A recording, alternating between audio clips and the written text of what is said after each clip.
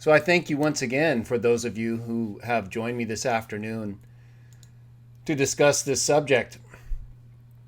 I think it's one that you'll find useful in your daily life if you're like me, someone who follows what is taught in the biblical records, who believes in them as historical documents that outline for people the ways that others in the past and in the future can and should serve the God Jah.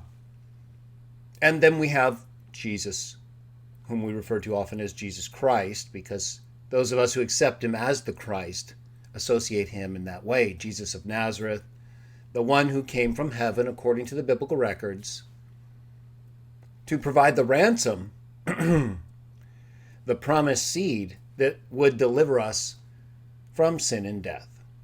And so our worship of that God who provided that ransom, who gave us life in the first place, excuse me, is something that we hold sacred. That's a word that we would use for something like our religious views when it comes to how we worship God. Sacred, holy, reverential, right? Deeply special words with a heavy religious association. And so what words does the Bible use when it comes to how people worship Jah, or even the one whom he sent, Jesus? And is there anyone else who is spoken of as being worshipped? I'll use worshipped with a kind of quotes, even if I don't use the symbol all the time, until we define it more clearly. Because worship is like those words I mentioned earlier: sacred, reverential, holy. It has a deeply religious association because of its context and use. And so it's difficult to get different degrees of understanding and application of worship, right? If you're worshiping something, in one sense, that's kind of it, right? In the sense that we use the word worship in English. I'm not talking about the biblical text yet. I'm talking about biblical worship, and we're going to get to specific texts in a moment and discuss specific words. In fact, in today's discussion, I'm going to put forward the translation issues number 2. And we're going to discuss in a little bit of detail translation issues surrounding Daniel chapter 7, verse 13, which in that context, in verse 14, again involves this idea we're going to develop and see further described in the Bible of worship, or degrees of worship. We say worship, and that makes it difficult for us the same way that when we say God, right? When we say God, it's with our understanding in English of capital G-O-D, and of other gods being different and rivals to him being lowercase g-o-d, or unless it's explained, in a biblical context, and lowercase g-o-d in comparison to uppercase g-o-d can involve spirit beings like God's sons, who are specifically described by none other than Jesus himself as gods.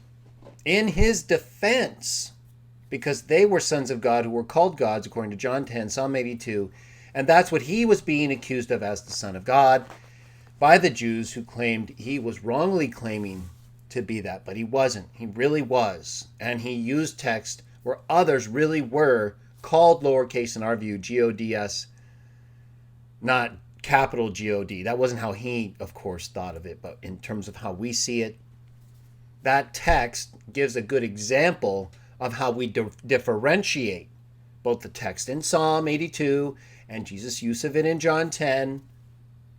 Provide the best examples, right? It's Jesus himself, at least in John 10, and it's God himself in Psalm 82. That's why Jesus said God called them gods. I mean, it's 1 and 2 right there, the best. So when people accuse us of being polytheists or violating biblical monotheism, it's nonsense, right? We're doing exactly what the Son of God himself did in his defense, right? Not just in reference or teaching in general, but in responding to people who said, "You're making yourself a god." And they rejected him, of course, as anything but a demonized man.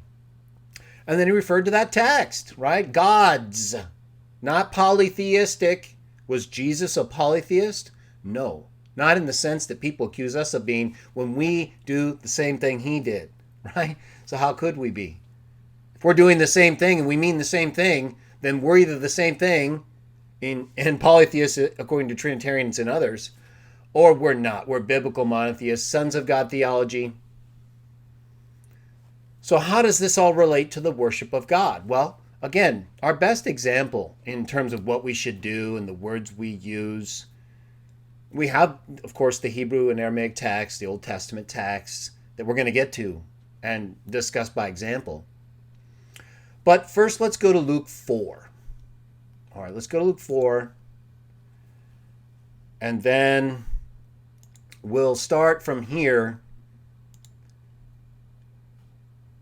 and then determine going forward. I'll move that correctly here, okay? So it looks like that's good. I'm in Matthew here. So go ahead and turn to Luke 4 if you haven't already. I'll be using the New World Translation for the purposes of this discussion because I'm familiar with it. It often is brought up in association with these issues, and so it's a good text to use, I find. And so that's what I'm going to do. I'll give you just a second and let me further set up everything the right way. So I have it the way I need it to be here. Okay, that looks good.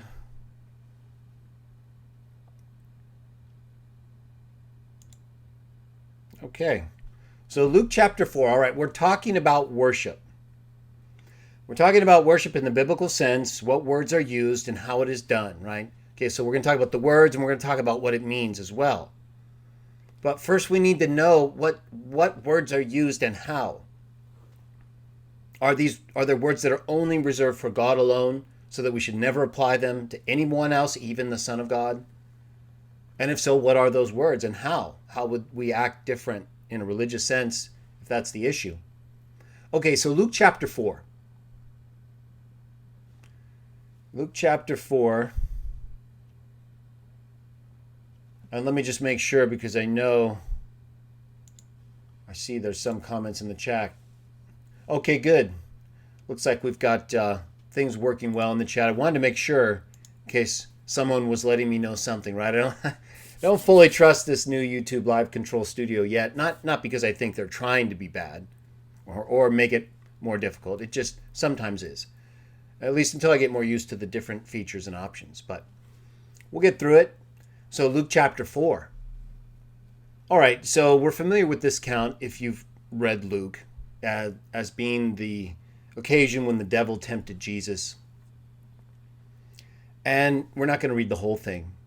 But in part of it here, Luke 4, we'll start in verse 6. So it says, "And the devil said to him," well, first it says in verse 5, "He brought him and showed him all the kingdoms of the inhabited earth in an instant of time. And the devil said to him," to Jesus, "I will give you all this authority and the glory of them, because it has been delivered to me, and to whomever I wish to give it. You, therefore, if you do an act of worship before me, it will all be yours." So now he just, as I've mentioned in the past, he does not simply offer him all the kingdoms of the world, right? And say, here, take them, do the best you can. Let's see you make the earth a better place. No, he ties it. He ties that decision, which is his to make at this point, to an act that he knows would not be approved by God, by Jehovah. And so Jesus' reply in verse 8 is, "It is written," he quotes the text, "It is Jehovah your God." We're reading the NWT.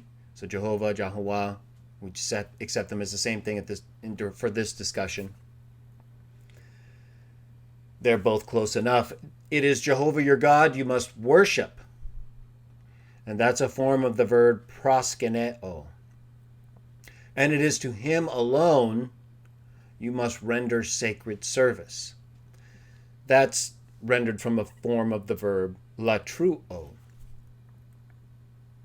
So Jesus replies here and rejects worship towards the devil and redirects it to God. And so it not only provides a good example, obviously, but it gives us two words to focus on: proskuneo and latruo. And while both seem to be reserved for God, at least in this context, right? Obviously the quotation from the law. But he specifies in the quotation, it is to him alone you must render sacred service. So there's sort of an exclusive element for the second verb used, latruo.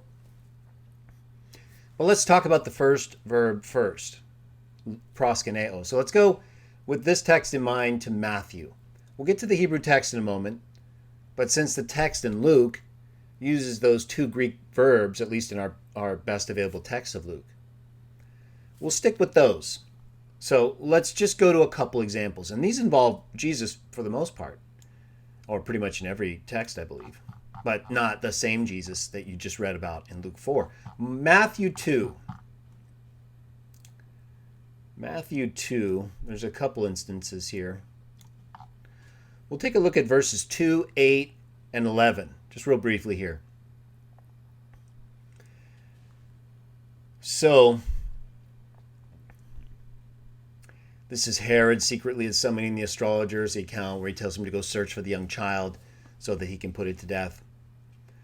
And then the astrologers, when they leave Herod, they see the star that led them to this point and they rejoice, verse 10. And then, well, actually, let's go up to verse 2 real quick. So before that point in the same account, it says, after Jesus had been born in Bethlehem of Judea in the days of Herod the king, astrologers from eastern parts came to Jerusalem, saying, where is the one born king of the Jews? For we saw his star when we were in the east, and we have come to do him obeisance or worship, proskuneo. The same first verb that was used in the text from Luke we just read, where Jesus says, God alone, God you must worship, and then to him alone you render sacred service. So the first verb used there for translated worship is the same verb used here, translated obeisance. So the NWT makes a distinction between worship that is obviously directed to the God of the scriptures and other beings, like in this condition where the Messiah, the one whose star the astrologers were following, the one they saw as the king of the Jews foretold, were they coming to worship the child as God? Where would they have gotten that information versus the different Babylonian astrological texts and other ancient texts, Egyptian and other texts that allowed them to be aware of the different events and stars and cosmological phenomenon that they could use and did use and regularly looked to for interpretations of events, just like the birth of a child like this that was foretold long ago and that the Jews were constantly looking to in their activities and through their sacrifices and all these texts. So they're looking for this child because the time for the child to be born has arrived. And they want to honor that child. And we read in our last video about birthdays, holidays, and festivals, the account in part where they came and honored that child. This is what they're looking to. This is just before that. So that's an occurrence of the word and gives you an idea of how it's used in these accounts for Jesus, but not directly by people who are, Jews and who are looking to him as the Messiah or who worship Yahuwah. They're just people who understand that there's a lot going on, and while they're more involved in the astrological Babylonian stuff, the Far East stuff, they nonetheless understand it enough to recognize when special events involving people like the Jews were taking place. So that's what this is describing. And so then down in verse 11, or verse 8 first, another instance, So Herod, he summons them, tells them to make a careful search. And he says in verse 8, and when sending them to Bethlehem, he said to the astrologers, go make a careful search for the young child, and when you have found it, report back to me, that I too may go and do it obeisance. So here's that word proskuneo again from Luke 4, the first part. It is God you must worship, proskuneo. Same thing that the astrologers, according to verse 2, wanted to do to the one whose star they associated with the one born king of the Jews. Here, Herod, aware of that, knowing he can use them to find the child, to kill it, to remove this threat, tells them to go ahead and do it, and that he also wants to worship the child, or obeisance. It seems to me NWT is correct here.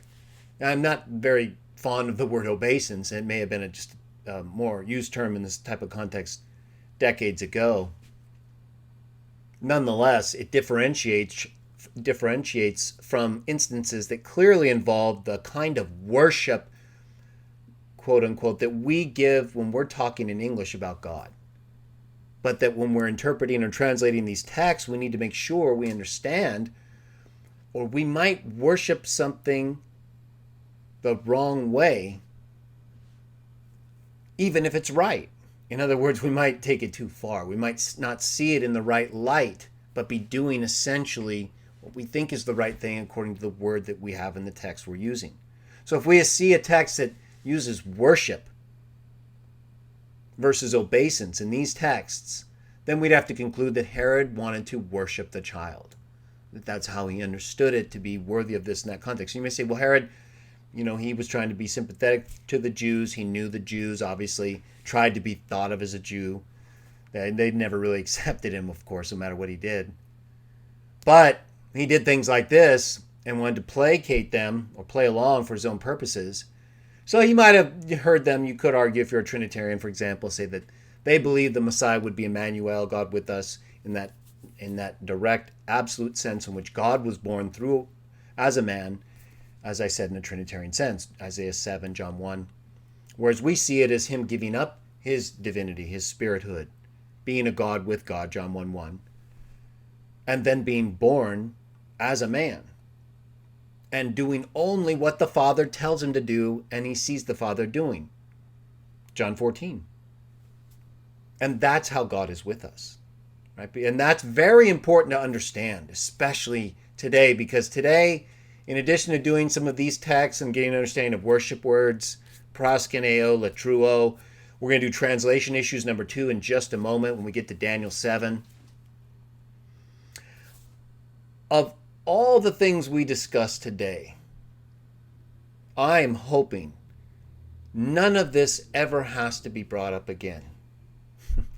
In the sense that we're kind of having to define it so we can explain to others who might say that Jesus, for example, is worshipped or to be worshipped in the same way that he said God is to be worshipped. And so these texts where you have the word obeisance in the NWT should be worship, just like it was worship in Luke 4. Well, I would say no to that. Now, I'm going to read one more text from Matthew, though. No to that, because the senses in which proskuneo is used are not only, as we're seeing here, in a different way associated with Jesus than as Trinitarians may do, like Hebrews 1:6, which we'll get to later. Or in whatever sense a Trinitarian would say proskuneo means God, Jesus is to be worshipped as God, the same way in responding to Satan, he said worship God, proskuneo. So these texts have people giving, in the case we've read so far, the infant Jesus proskuneo, right? So, but you could argue, like a Trinitarian might, Isaiah 7, like I said, that there was this understanding that God would be with him in the way that would make that kind of absolute worship appropriate. I don't think so, but I wanted to start with those texts so you got an idea of how the word is used, right? Not just of Jesus or of God in the mature sense, but of him as an infant. And then you have here in Matthew 8, another instance, where a leprous man came up to Jesus and began doing obeisance to him, saying, Lord, if you just want to, you can make me clean. So you could argue again that he was actually worshiping him here. He thought he was God. But there's nothing explicit beyond the use of proskuneo that would argue in that regard. He certainly was honoring and submitting to Jesus. But the question is that unusual? Is it unusual for people, whether it's Jesus as an infant or Jesus as a man right here, to be given proskuneo? Well, there's a text I've referenced many times. Let's take a quick look at it. Revelation chapter 3. Because it's a good text to use from the New Testament to show very clearly that that's not how proskuneo is always used. Let's start here, and then we'll go to the Old Testament and read an account in 1 Chronicles. It also makes this clear. Revelation chapter 9, this is Jesus talking. This is Jesus talking.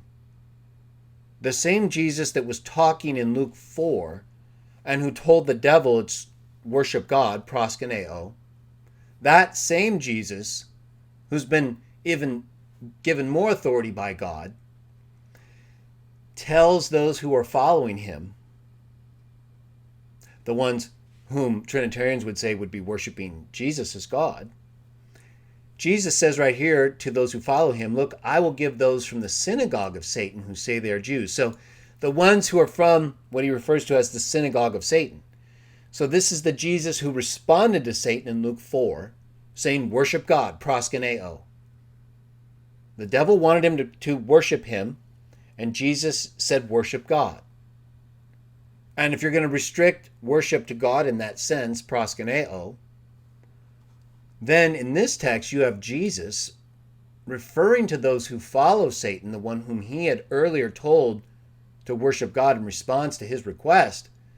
And he says further that they're not who they say they are, but I'm going to make them come, the followers of Satan, and do obeisance or worship before your feet. So all the way to the ground, right? Where are your feet? Down. And what does this accomplish? This is proskuneo right here. Again, NWT uses obeisance. Not my favorite word, but it is a better term than worship, right? Unless you are prepared to explain what you mean by worship here, proskuneo, if you use worship. Because are we saying that the same Jesus who said you're supposed to worship God in Luke 4 in response to the devil is going to have the devil's followers come and worship at the feet of his followers? Maybe so. Maybe so. And if so, in what way would that be correct? What way would that be allowable? Well, if it's allowable here, why wouldn't it be allowable in Matthew 2 or Matthew 8 or anywhere else where this exact same phenomenon is occurring? What phenomenon is that? Other people standing in the place of the one to whom the act is directed. Right? In other words, if Jesus is making them come and worship or bow low, you could translate proskuneo, obeisance, before the feet of his followers. If he's making them do that, how could it be a problem? How could it be a problem like it was a problem in Luke 4, right? That was a problem. Okay, this is not a problem because Jesus is the one not only allowing it, he's making it happen. He's not just going to let it happen if it happens. He wants it to happen so much so he's going to make it happen. Why? Because he wants them to know. Because they're not getting the message. But they will. And they always do. One way or the other. And this way is the way that these required. Not so that his followers would become idolatrous, idols in rivalry to his father or to him. Right? Isn't that obvious? Whether worship is used here or not, is it not obvious that's not what the text means? That Jesus is not trying to get people to worship at the feet of other people, to violate the very text he quoted in response to the devil in Luke 4? I think we can all agree that's obvious. All right. Well then, if it's obvious for people who are following Jesus to be used in this way, I think you're going to see that it's even more so appropriately the case that Jesus is used in the same way as an image of the invisible God. Let's go to 1 Chronicles first and read another account involving humans like the ones in Revelation 3. 1 Chronicles 29. And as I mentioned before, I'm using the NWT, but you can use any translation you want. And if there's an issue, we'll discuss it. We're talking about certain issues related to worship words and their significance in the biblical text.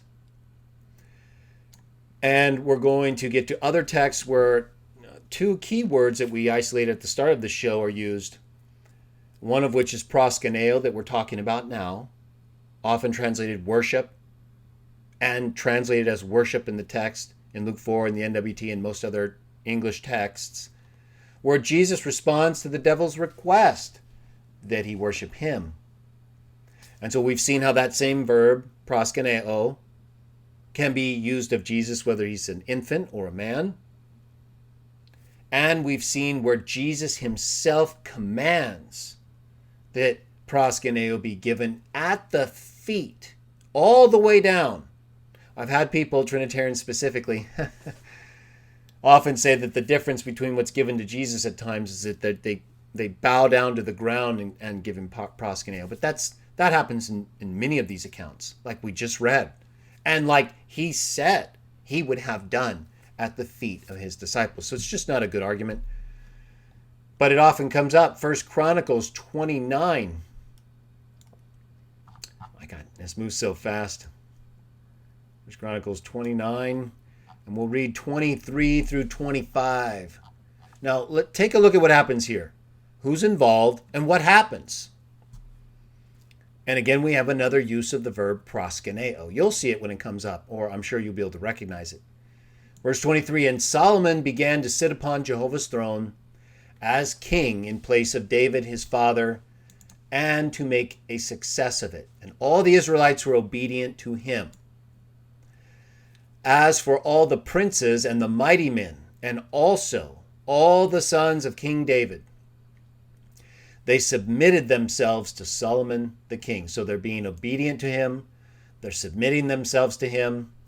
Verse 25, and Jehovah continued to make Solomon surpassingly great before the eyes of all Israel, and to put upon him such royal dignity as had not come to be upon any king before him over Israel. All right, so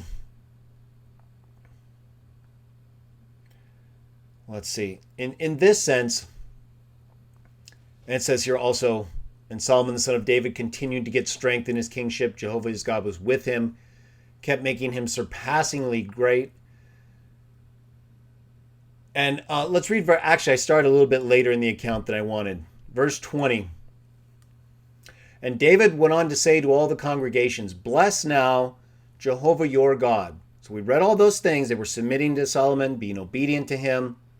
Jehovah was making him surpassingly great before the eyes of all people. But right before that, it says, and all the congregation proceeded to bless Jehovah, the God of their forefathers, and bow low and prostrate themselves to Jehovah and to the king. Prostrate. That's in the Greek text, proskuneo. Just like it's translated obeisance or worship in other texts. It's translated prostrate in the NWT here. Proskuneo is given by all the people in a blessing as they bow low to God and to the king. At the same time, same blessing, all this glory, all following him. Jah's making him great in the eyes of all these people, allowing him to receive proskuneo with him. How do people worship God? As we're going to read later, they do it in spirit, right? Do you not, if you pray and think, sometimes we do outwardly, of course. There are many things we manifest that our works and fruit of the Spirit. But when we pray and we do it inwardly, there's that spiritual side of us that Jah can hear and see, and that we know we're thinking that others don't. Here, whatever they're doing to Jehovah, it's happening to the king as well. Now, I'm not saying like they were necessarily praying in the same spirit sense that they were to Jah, to the king, because they didn't need to, right? The king's right there. So Jehovah is not there. And so in that sense, it's a spiritual prayer or thinking, connection with him, but during the exact same action and blessing and prayer to him. Blessing, bowing low, prostrating. Okay, so I think that establishes fairly well. We're going to discuss this further again, but if you would like further information, I'll put this in the link below. As you know, I've written several editions of what's known as Jehovah's Witnesses Defended, the third edition being the most available in hardcover and in digital form on the Elihu Books website. But on the Elihu site, in the topical index, I try to put a number of different sections of the most recent edition. Sometimes I'll put sections from the earlier editions because they contain different material. And within a year or so, I should have all three editions in digital form. I don't think I'm going to do a fourth edition because I'm going to move into the more Christian Witnesses of Jah stuff, but there's a lot of options there. So for now, though, the revised third edition is where it's at, or at least most of the stuff. There's still critical information, I would say, in the second edition for sure, and the first. So if you can, try to get as many of the versions as possible. But when it comes to the third, this is a section involving the worship of Jah's firstborn. So that's a reference to Hebrews 1:6, which it starts out discussing, where Jesus is brought into the earth as God's firstborn, and it says all angels worship him. Or proskuneo, right? Because as we've been showing, proskuneo is not just a word used for God in an approved sense. It is in responding to the devil, right? When he's trying to get you to worship him, you don't bring up, well, I'm going to make your followers worship at my followers' feet in the future, so no. No, that's not a good reply. And the good reply is, I'm not going to worship you, I worship God.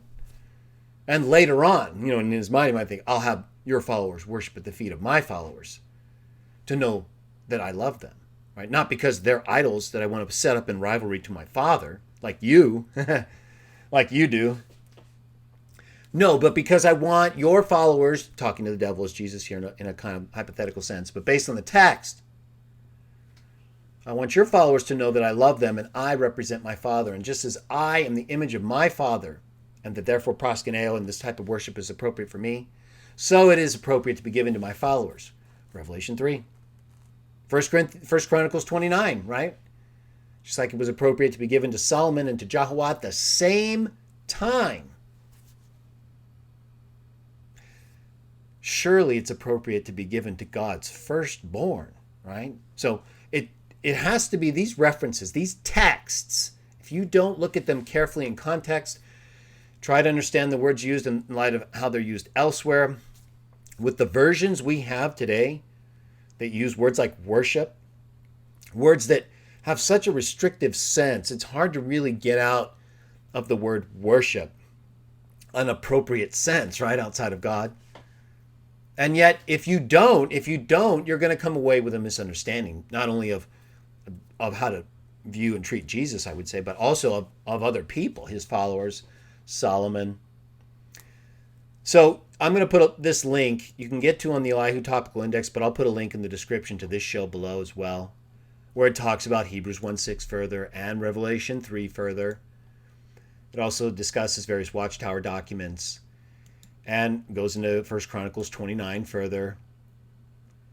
And then it also discusses the other term we're going to discuss now from our reading of Luke 4 at the start of this video, and that is latruo, which the NWT often renders sacred service, and which can also be translated as worship, or a word like worship. And so we recall that in Luke 4, and as well in other accounts like in Matthew 4, it says, worship God, proskuneo. So we've covered that. I think we've effectively covered and shown, and there are many other texts. They're right here as well, many of them that I show in this writing that you can read on your own from the Septuagint, like 1 Samuel, 1 Kings, 24:8, 24:9, depending on the version, where it says, afterward David also rose, went out of the cave, and called after Saul, my Lord the king. And when Saul looked behind him, David bowed his face to the earth and worshipped him. Did obeisance, NWT. Proskuneo, face to the earth. Epiprosopon, autu epitain gain. So for those Trinitarians who try to use that and don't recognize that is used for these people in the Greek Septuagint text, if you're going to try to say that falling on your face to the ground makes it different for Jesus, again, I'm going to cite Revelation 3 because it shows there's no difference, because they're worshiping at his disciples' feet on the ground. And here it is explicit. You can read the rest of the text that I cite here on your own. There are many others. I cite a few others in the footnote. So we can establish without any doubt, really. Now, there still will be Trinitarians who don't, for some reason, recognize these numerous texts involving proskuneo and your face to the ground to human beings, as well as the Revelation 3 and 1 Chronicles text. It's like they've never read those texts before. But some are getting the message a little bit better, and so these examples can help out. But I've had people seem like they're totally unaware of proskuneo in Revelation 3, or how proskuneo is used in these numerous Old Testament accounts, from 1 Chronicles 29 to these accounts in 1 Samuel and 1 Kings in the Septuagint, as well as 2 Samuel and these other texts that I cite down here. And there are many others I've found and written down since putting these versions together. And then I may do a separate writing on elsewhere. But there are so many instances where proskuneo is used and where it does not mean worship in the absolute sense that's to be given to God. I think that's clear. If it's not clear, take a look at these examples that I'll put, that are in the link that I'll put in the description below, and the ones that we've read together, like in 1 Chronicles 29. Okay, so, and I've also discussed an instance of latruo that we'll briefly go into. Revelation 23. We'll actually just go through it here in this text that I have. Let me see if I can get this a little bigger for you guys. And then let me just check to make sure everything's going okay. Looks good. Let's get back to the text. Oh, it's got part on it there. Okay. So then I get into latruo, the other verb that we've discussed. We've discussed proskuneo, I think, enough. That's clear.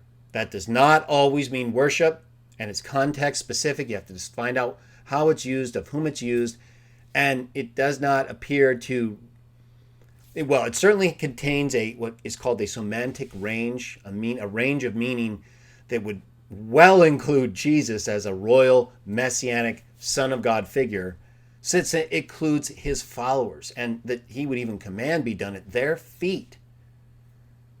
So he is certainly more worthy of proskuneo being done at his feet to God, right? Just like proskuneo being done by those who follow Satan in Revelation 3 is done at his followers' feet through him, and then to him through his God. It's all about God, right? Everything is to the glory of God, as we're going to read further when we get to Philippians 2. But even in these texts, I think the association is clear, right? So 1 Chronicles 29, if that had been a text involving Jesus and God, where they're both blessed by all people at the same time, they all bow low and proskuneo to God and to Jesus, right? I mean, that would be a Trinitarian's dream come true. Well, that would make it easier for them, I think, to articulate their view and position that they're to be given proskuneo on the same level. And yet they don't do that according to 1 Chronicles 29, right? Why don't they do it? Because they'll say, well, it's obvious it's not God. Well, that's the whole point, isn't it? It's not about being obvious.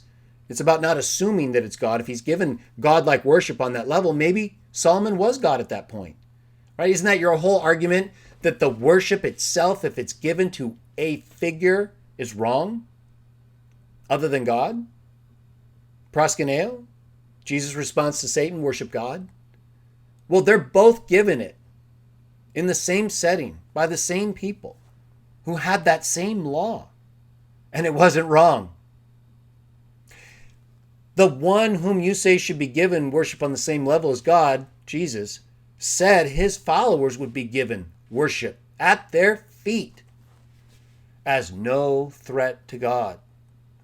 So why it does not follow, therefore, that the use of proskuneo for Jesus, Matthew 2, Matthew 8, Hebrews 1, it therefore does not follow that just the use of the word, or even bowing down with your face to the earth, as we've seen in the examples I've shown and referenced, means that he's to be worshipped in the same sense as God. That is clear. So now what about latruo? Luke 4, Matthew 4, both say, have Jesus saying in response to the devil, it is to God alone you give latruo. And a text that often comes up is Revelation 22:3, that I discuss also in this part of my third edition, that you can read on your own, but we've talked about it also in my day text shows, day text videos for this text. And it reads, no longer will there be any curse. This is the New International Version rendering. No longer will there be any curse. The throne of God and of the Lamb will be in the city, and his servants will serve him. And serve there in italics is a form of latruo, like in Luke 4. Now notice it refers to two individuals, God and the Lamb.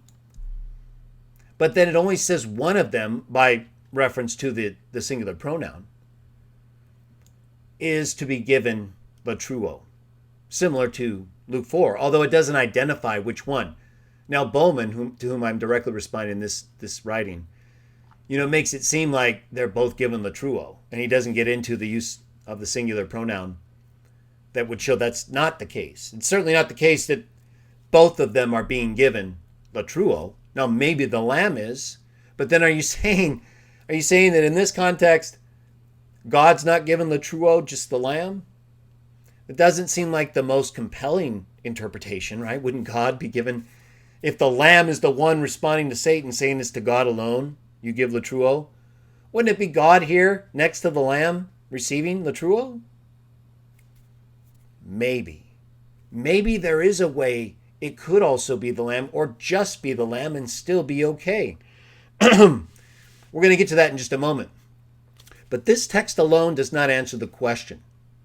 It's certainly similar, isn't it, to the text in 1 Chronicles 29, where it talks about how all the people bowed low and proskuneoed to God and to the king. So here the throne of God and the Lamb. But here it only specifies one, not the two. See, the 1 Chronicles 29 text, if that had been Jesus in that text of the Lamb, the wording of that text is stronger. It's more clearly associating the proskuneo and the bowing low with the two, Solomon and God. Here it is not shown by the singular pronoun. Okay, so we can't really use this text, and it certainly does not clearly use latruo of the Lamb. And it would seem more reasonable, especially given what the Lamb says in Luke 4 and Matthew 4:10, that God is here the one given latruo. All right, so you can look at this more on your own. I'll put the link in the description below, or you can go to the Elihu Books Topical Index, look under J or some of the other headings, and you should be able to find it. But again, I'll put it in the link below. And let's just take a look at the chat here. All right, so we've got some people enjoying the chat there. That's good. Let's get to Daniel 7. And this is where we're going to get into as well our translation issues number 2. A separate series that I've started to do to kind of caption the more grammatical translation-oriented videos or parts of videos that I do, so that you don't have to go hunting through longer videos necessarily to find a discussion of a specific grammatical or technical issue. Sometimes I'll do videos just on translation issues, and sometimes I'll clip them from either prior shows or current shows that I do, like today. So as far as translation issues number 2, let's go to Daniel chapter 7. And again, I'm using the NWT here because I'm familiar with it. And it's a good text when it comes to many of these discussions, because a lot of the issues that are often brought up when it comes to either translation or interpretation at times involve views held by those responsible for the NWT. Daniel chapter 7. And let's take a look at verses 13 and 14 first. All right, so, and then I'll specify what is the translation issue. Here in Daniel 7:13, according to the NWT, I kept on beholding in the visions of the night, and see there. Oh, I don't have you guys on. Let me get you up here. All right, so now that I have you all on the screen, you can follow along with me or use your own copy of this translation or text. Daniel 7:13 and 14, I kept on beholding in the visions of the night, and see there, with the clouds of the heavens, someone like a son of man happened to be coming, and to the Ancient of Days he gained access. And they brought him up close even before that one. Verse 14, and to him, that is the one like a son of man, and to him they were given rulership and dignity and kingdom, that the peoples, national groups, and languages should all serve even him. His rulership is an indefinitely lasting rulership that will not pass away, and his kingdom one that will not be brought to ruin. Okay. Now, this part here in Daniel 7:13, so it says, he was watching the visions of the night, and he was beholding with the clouds of the heavens someone like a son of man. Okay, and most of us who've read the New Testament or the New Testament text about Jesus and the things that he taught and said, we're familiar with that kind of expression and description, right? Someone like a son of man coming on the clouds of heaven with power. He said that, power and great glory, when he was on trial before the Sanhedrin. So here we have in Daniel, before those events involving Jesus later, we have Daniel seeing a vision, clouds of heaven, someone like a son of man. And this part here, this is the part we're going to deal with in our translation issues today, in terms of how it should be rendered and understood.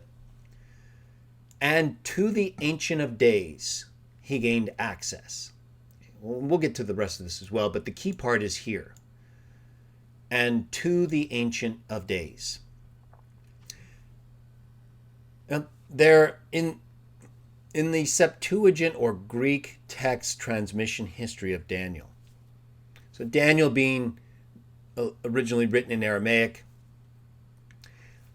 potentially translated into Greek, anywhere from the second to the 1st centuries BCE.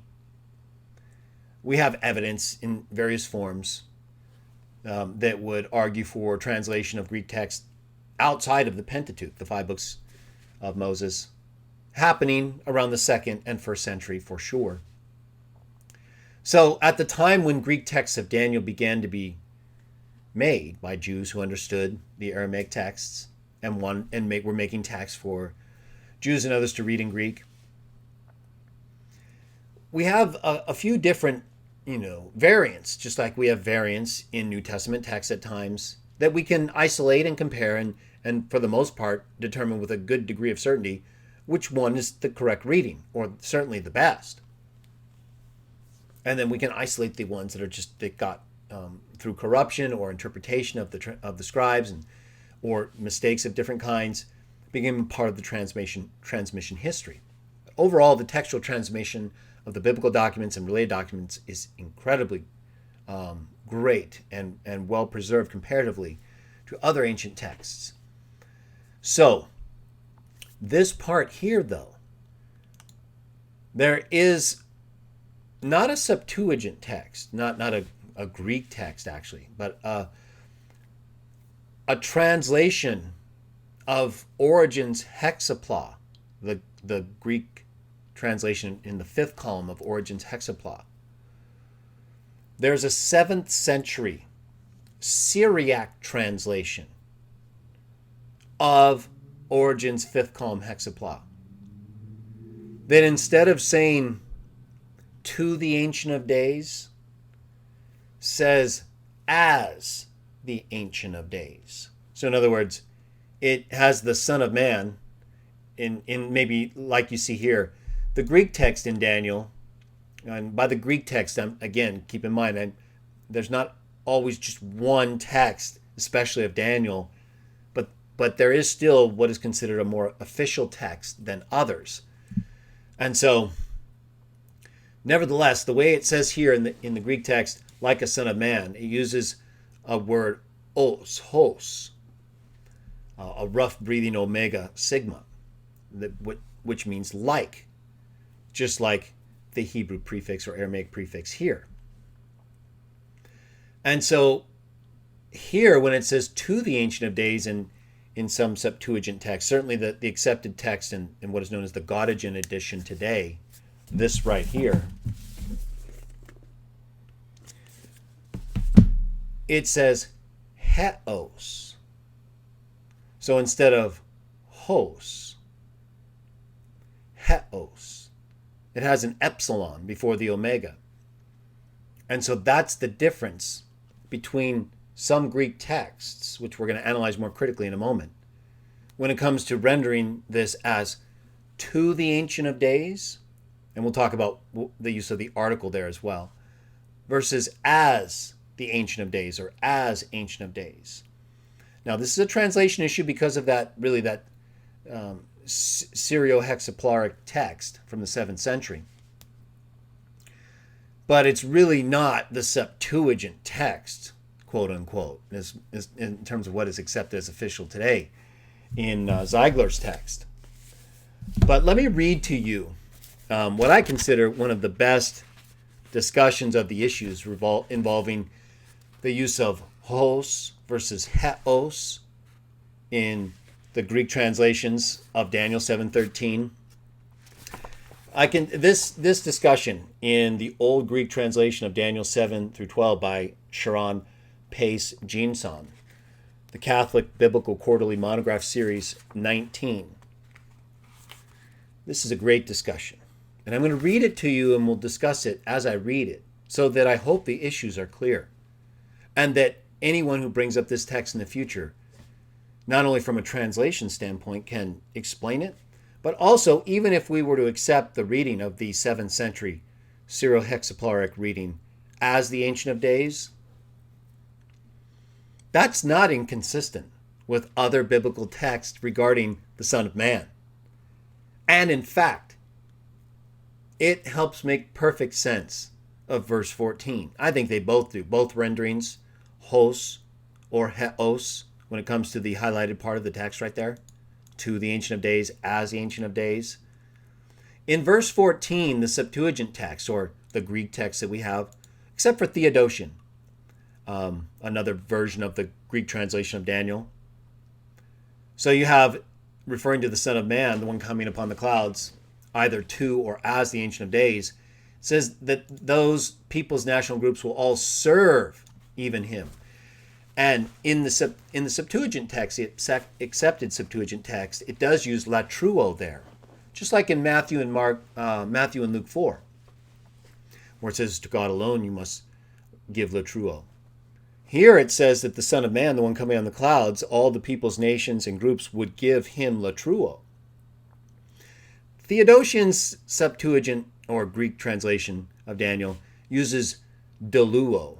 So like would serve in the sense of like doulos, a slave, enslavement, or in the religious sense, of course, it's not meant to be derogatory. But that's the devotion you'd be showing. So they're similar. But the more accepted texts do use latruo here. So how is that possible? Well, certainly if we do accept hos, the reading of the Syro-Hexapolaric text of the 7th century, translation of Origen's fifth column in the Hexapla, then that would make perfect sense, right? Because as really means, like, in the sense that it's used here. That's why it's like a son of man, right? He's not really a man when he's on the clouds of heaven. We know that from Revelation, the descriptions that are given. It's a different type of being, right? It's a heavenly being. But he nonetheless has the descriptions that fit enough the Son of Man to be able to identify him. But it doesn't say he was a Son of Man. It's like a Son of Man because he's a heavenly being. And so in the same way, being like the Ancient of Days, he wouldn't be exactly the same, but he would be like him. Hos. Well, what does Hebrews 1:1-3 say? That God made all things through a Son who is the character of his being, the copy. How is that not like him? It's exactly like him. That's why NWT translates it exact representation or copy, an imprint, as. It's the same thing. It's not identifying him as the Ancient of Days, right? It's saying he's like the Ancient of Days, if that's how you understand it. Or he's like a Son of Man. Hos. But as we'll get to in a moment, that's really not the best reading. But I think it's just fine and consistent with everything else that we're told about the Son of Man, Jesus, the one who's God's firstborn Son, the imprint of his being. Completely contradicts the Trinity, right? They don't share the same being. He's a copy of that being. Well, if you're a copy of something else, you're not the thing you're a copy of. So either that language is nonsense in Hebrews 1, has no meaning whatsoever, none, or it means exactly what it says. He's a copy. He's a character of God's being. He's not God's being or sharing it. He's a copy of it. He's as the Ancient of Days. And he can even appear as God, does he not? Do the other angels not do that? In Exodus, in Judges, in John 20, my Lord and my God. Judges, it is God we have seen. The angels represent their Father, their gods, in that positive sense that God says they're gods. Psalm 82, John 10, Jesus used it himself in his own defense in the same way that we're saying it's used here for one who, as the Ancient of Days Son, is like him, is the imprint of his being, the image of the invisible God, as we'll get to further in a moment. Let me read this section from Jinson's writing, the old Greek translation of Daniel 7-12. I'm going to start on page 96, and I'm going to comment occasionally. But I'm going to go ahead and read it because I think it's so well done, and it will give you the information you need to either share through this video or look up yourself.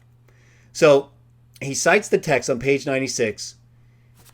He or she, I quite honestly don't know if it's a man or a woman, Sharon Jinson. So I do apologize for that, but it wasn't my priority to find out the gender of the writer of this publication. One of the most important verses in the Old Greek of Daniel, which has been cited as evidence of theological tendens, or what tendens means is the influential perspective of the writer, their viewpoint, basically. One of the most important verses in the Old Greek of Daniel, which has been cited as evidence of putting your view into the text on the part of the Old Greek translator, is Daniel 7:13, the text we're talking about. In his examination, F.F. Bruce, from his work, The Oldest Greek Version of Daniel, he's a Trinitarian scholar, F.F. Bruce claims to have uncovered interpretive material, which reveals an astonishing, he's quoting Bruce here, quote unquote, an astonishing statement about the, singular quote, one like a son of man, resumed to quote, that he appeared as, parentheses, the Ancient of Days. That's what Bruce, so Jinson is here quoting that view from Bruce's work, The Oldest Greek Version of Daniel. So he quotes Bruce's comments there. Then he cites the different versions of Daniel 7:13, the Masoretic text, Septuagint text, excuse me, what is referred to as 88-SYH, or the Syro-Hexaplar text of the 7th century. Here's what he says in response to Bruce. This is Jinson, page 96. It is important to note that Bruce presents as the Septuagint version, quote unquote, the reading of 88-SYH, and not that of the text established by Ziegler, right here, in the Gottingen edition. So Bruce, in his writing, the oldest Greek version of Daniel, page 25, refers to the Syro-Hexapolaric translation of the 7th century as the Septuagint. Now, it's a translation of the 5th column of Origen's hexapla, so it's earlier than the 7th century, but it's based on another reading, and it itself is not dated to earlier than the 7th century. So Bruce misrepresents 88-SYH as the Septuagint, which is not what Ziegler accepts at the Gottingen that I just showed you. And then Jin Sung goes on and says, Bruce offers 2 explanations to account for the reading of Kai Hos Palaios, or as the Ancient of Days. 1, hos is possibly used as an adverbial conjunction of time, with the following sense: as when the Ancient of Days arrived. Then, Kai, the bystanders were present beside him. This is Jin Sung summarizing Bruce's views and arguments for using the reading of the 7th century Syro-Hexapolaric text as the Ancient of Days, depending on whether one accepts Paresan Alto or the... Okay, so he says, possibly used as an adverbial conjunction of time as when the Ancient of Days arrived. 2, hos is an ordinary conjunction yielding the astonishing, quote-unquote, statement of the translator that the Son of Man appeared as the Ancient of Days.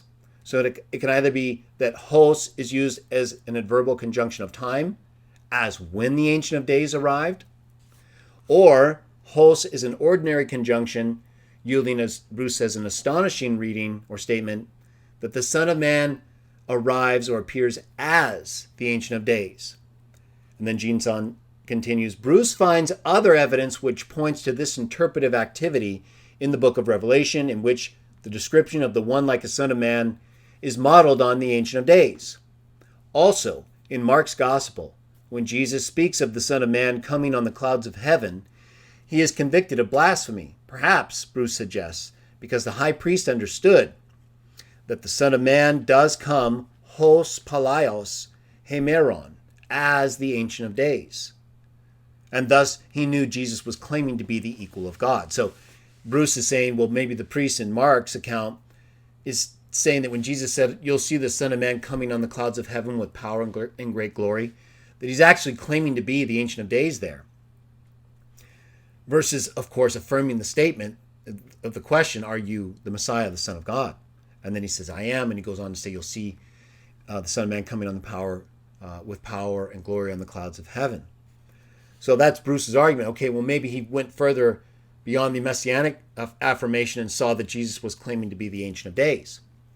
So here's what Jin Sung says in reply. If Bruce's reconstruction were accurate for the OG, he would indeed have the appropriate data to argue this case. In fairness to him, it should be said that he does consider Ziegler's text. He does weigh whether the Septuagint reading might be a corruption. At Septuagint, he puts it in quotes because by Septuagint, Bruce is referring to the 7th century Syro-Hexapolaric translation of Origen's hexapla, 5th column. But he just says Septuagint, right? He doesn't specify beyond that, the way I just did and the way Jin Sung does. So then he says, and that he does consider the possibility of Christian influence. He says, but it is difficult to avoid the overwhelming impression that these factors are not of predominant importance, and that the oldest, Greek version of Daniel probably intended the readings and meanings which Bruce describes. This impression is given by the title, structure, wording, and balance of Bruce's article.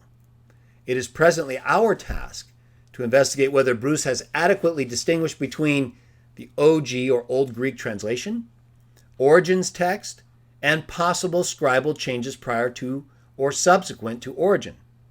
It is true that the aberrant readings would have been of particular noteworthiness to Christian exegetes, but before we conclude that it is the OG translator and not a secondary scribe who engages in intentional theological tendens, or putting your viewpoint into the text, we must first subject the above texts to text-critical investigation. By above texts, he's referring to the different versions of Daniel 7:13. The Septuagint, Masoretic, Syro-Hexaplar translation of Origen's Hexapla 5th column in the 7th century, and Theodotion, which he cites at the bottom of page 96. Okay, so this is what he has to say in regards to that.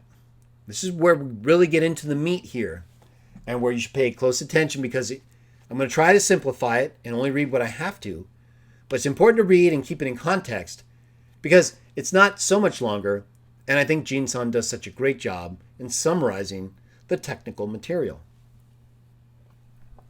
Excuse me. I apologize if my voice gets a little dry, but we're reading a little bit here, as you can see.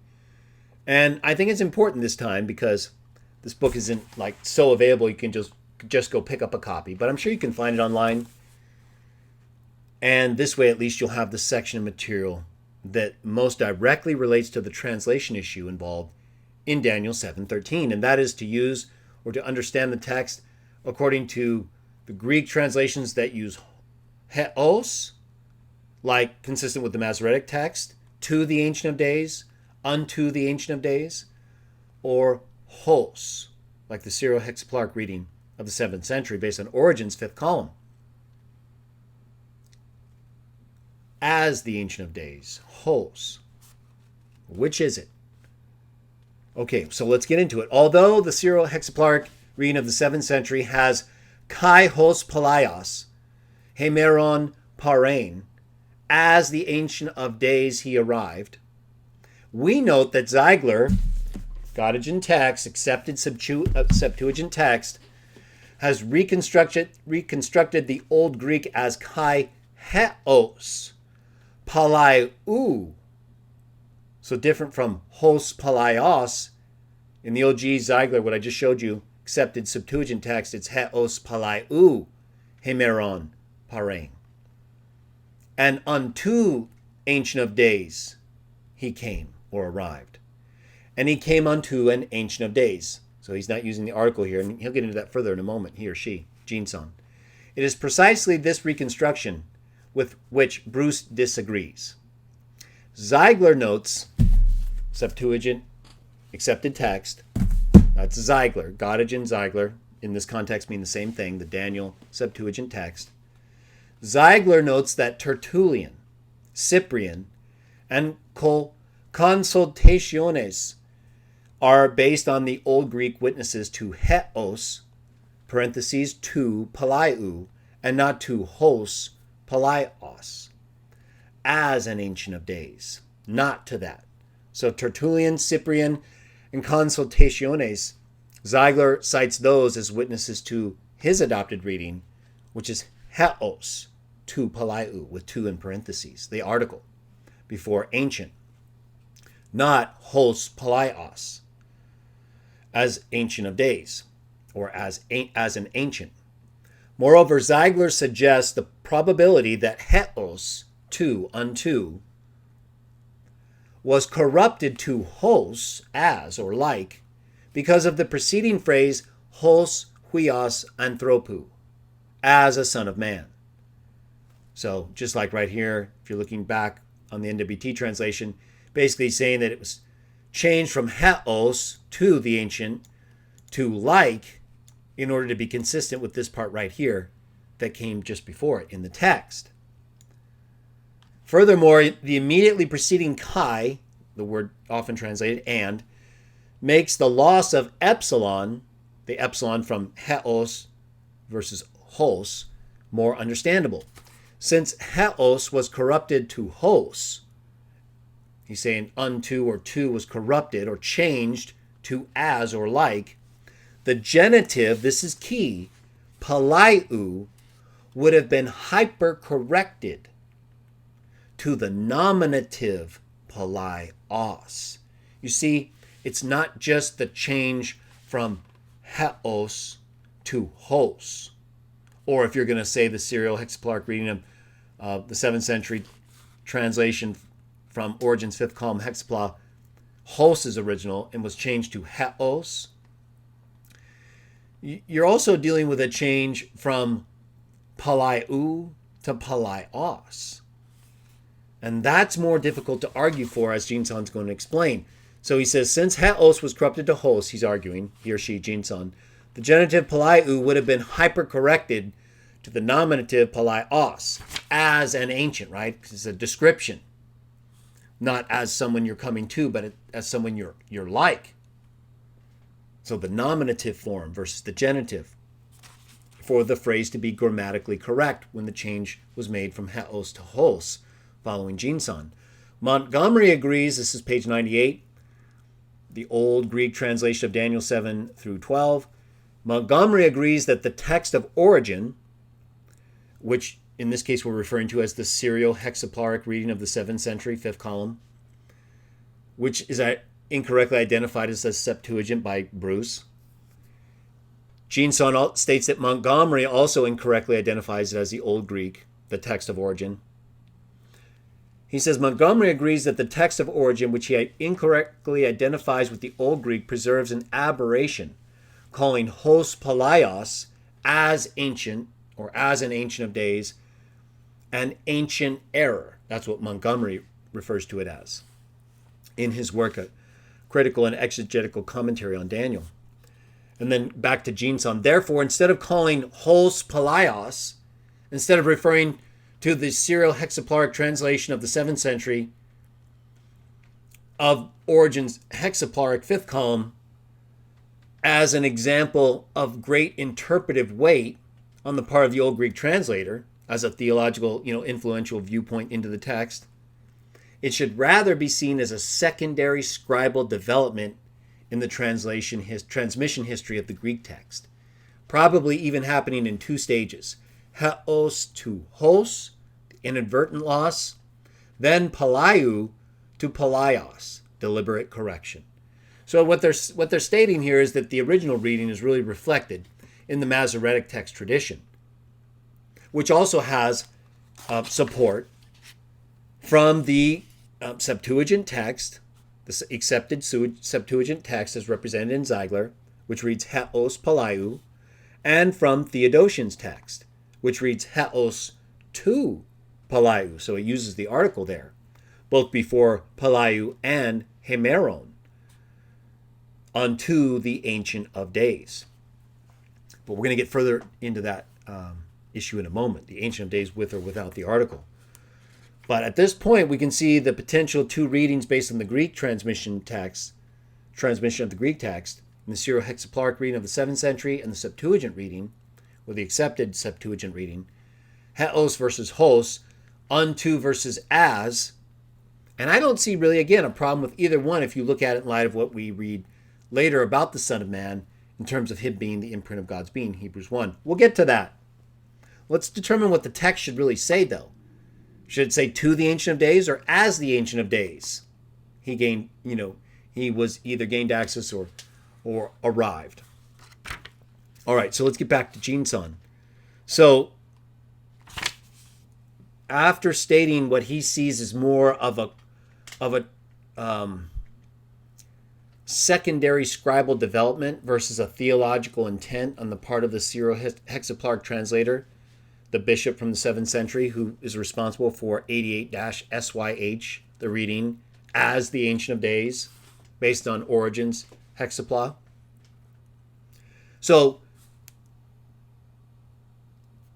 after explaining that he sees that more so as a scribal corruption, not as a theological, interpretive view put into the text, but then the deliberate part being the secondary change from palaiu to palaios to fit the scribal error, Jinsan says this. This is very important. As illustrations of the first stage, there are several similar secondary corruptions which follow this pattern in the recensional history of the Old Greek of Daniel as well. So he's going to give examples that show what he believes is similarly done in Daniel 7:13 as a scribal error. So now here are his other examples. He says the same confusion occurs in Daniel 2:43, where manuscript 967 of the Septuagint has kai heos, and unto. But 88 SYH, the Syro-Hexaplar translation of Origen's fifth column, done by a bishop in the 7th century, has kai hos, just like 88 SYH Syro-Hexaplar version 7th century in Daniel 7:13. So just like where, for example, with Theodotion or the accepted Septuagint text, we have heos in Daniel 7:13, kai heos, but in the Syro-Hexaplar 7th century translation of Origen's hexapla, fifth column, we have kai hos. Just like that, we have the same confusion in Daniel 2:43 between Greek manuscripts 967 and 88-SYH. 967 reads, like with Theodotion, the accepted Septuagint text of Daniel 7:13, kai heos. In Daniel 2:43, Syro-Hexapla reads kai hos, just like it does in Daniel 7:13. And in Daniel 4:30 or 4:33, 967 reads hos again, and this time 88-SYH, or the Syro-Hexapla 7th century, has heos. So you see, it does seem to be scribal confusion and a scribal error or corruption that takes place by comparison of the same phenomenon in these other texts involving the exact same words. Furthermore, back to Jinson, we note that in Daniel 10:12, there is a loss of n after iselthon, and in 10:15 there is a loss of kata. In 11:15, u is omitted, and kai is lacking in 11:21 in secondary developments to the Old Greek. We also note that the reading in the Syro-Hexapla of the 7th century, 88-SYH, as the Ancient of Days, Daniel 7:13 text, that the reading parason altu were present beside him in the text that we're talking about, Daniel 7:13. Jinson is noting that the Syro-Hexapla's additional reading in that text, parason altu, were beside him, is also a secondary corruption of the original Old Greek prosegagon altun, brought him, attested in 88-SYH margin. In the margin of the Syro-Hexapla, that reading of the Old Greek is attested to, which is shown as is corrupted in the text that shows the correct reading in the margin, is what Jinson is saying. And in Justin, the secondary substitution of paremi for prosago, I am present versus I lead or I bring, was prompted by the preceding use of paremi, parain.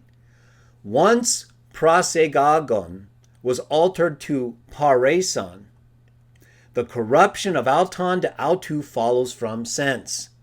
Besides the examples noted above where a word with similar letters was confused for another distinct root, we note the other following examples of secondary corruptions in the Old Greek tradition. In 728, the Old Greek reading watch over is corrupted to hold fast. And in 828, the Old Greek flow is corrupted to find. It should also be noted, this is Jinson, page 98, that the Old Greek translation unto the Ancient of Days, back to Daniel 7:13 again, our subject text for this translation, issues number 2. In the context of our wider discussion of worship words, we're talking about latruo, we're talking about the reading in Daniel 13 of the one like a son of man, the one who was given latruo in verse 14, and whether he's described as coming unto the Ancient of Days or as like the Ancient of Days himself. Or is it even the Ancient of Days? So it says, Jinson says, it should also be noted that the Old Greek translation of unto the Ancient of Days to an Ancient of Days, which lacks the article to,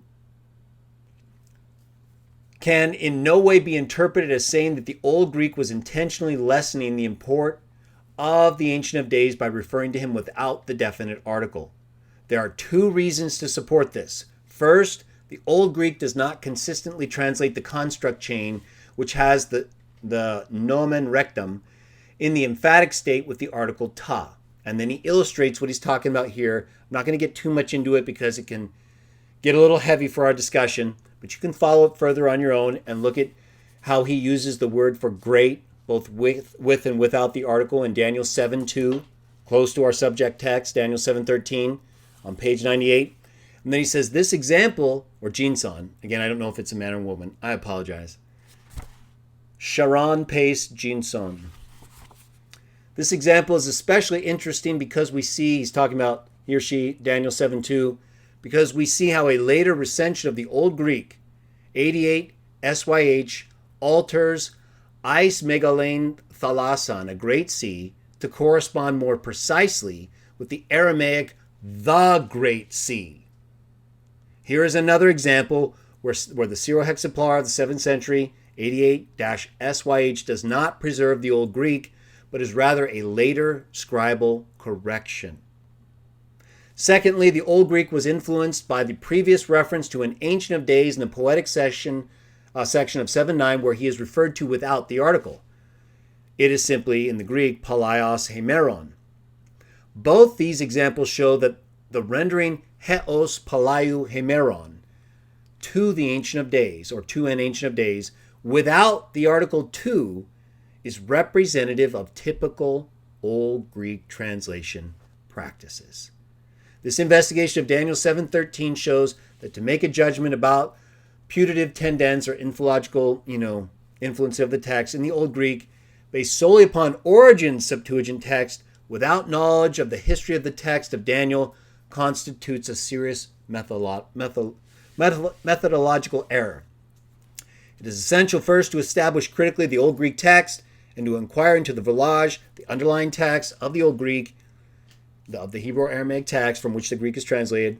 In this example, the Old Greek translator accurately conveyed the text, that is, heos palaius,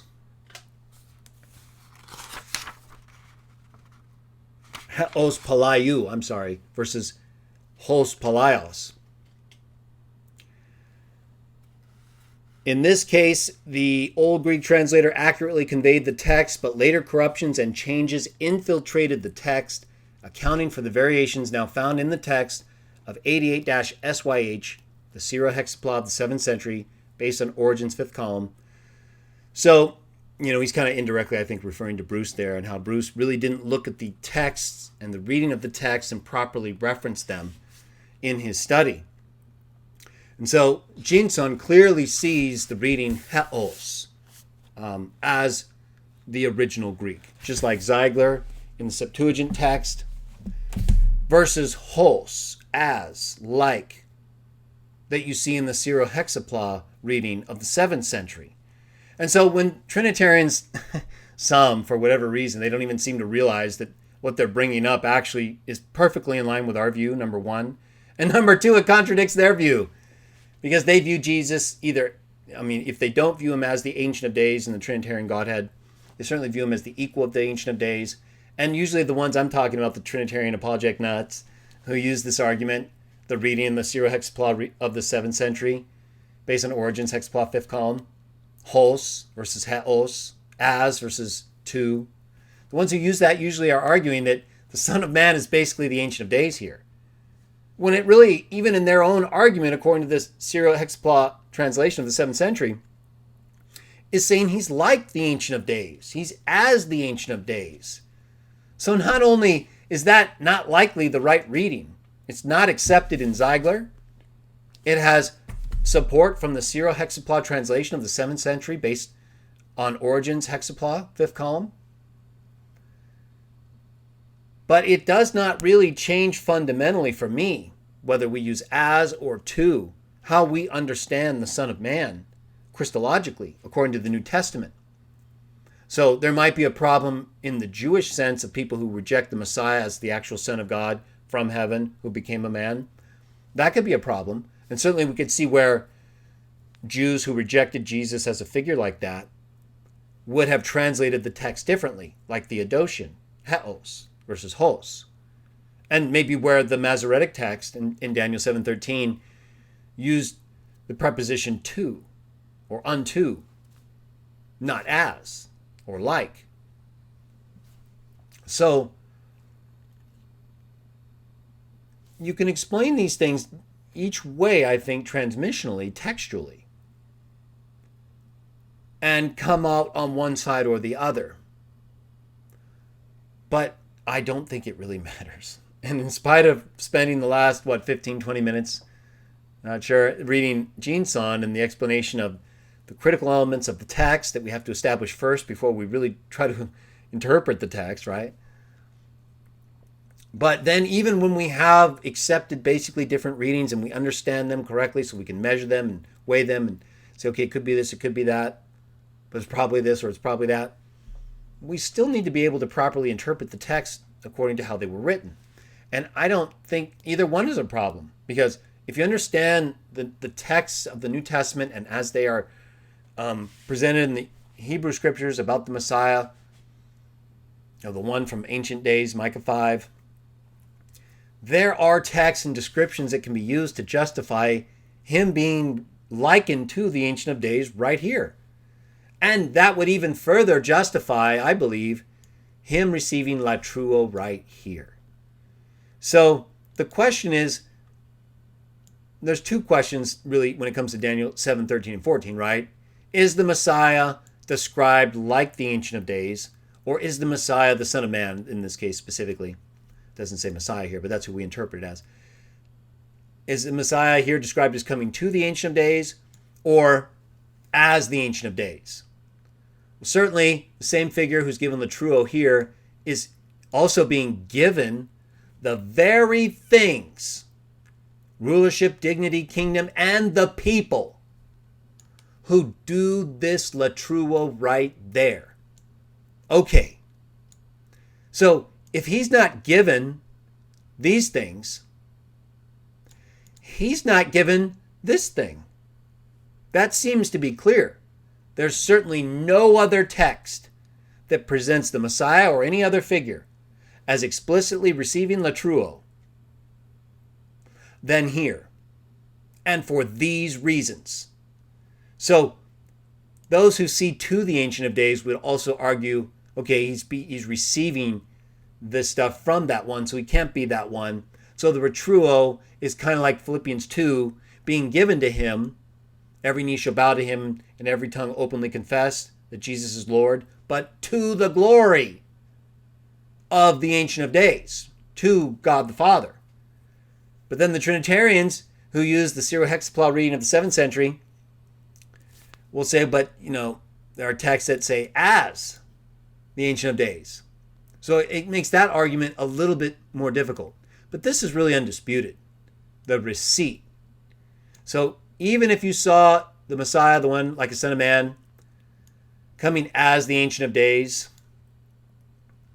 it has to be understood in a limited sense, not only because it's as, right? Hos.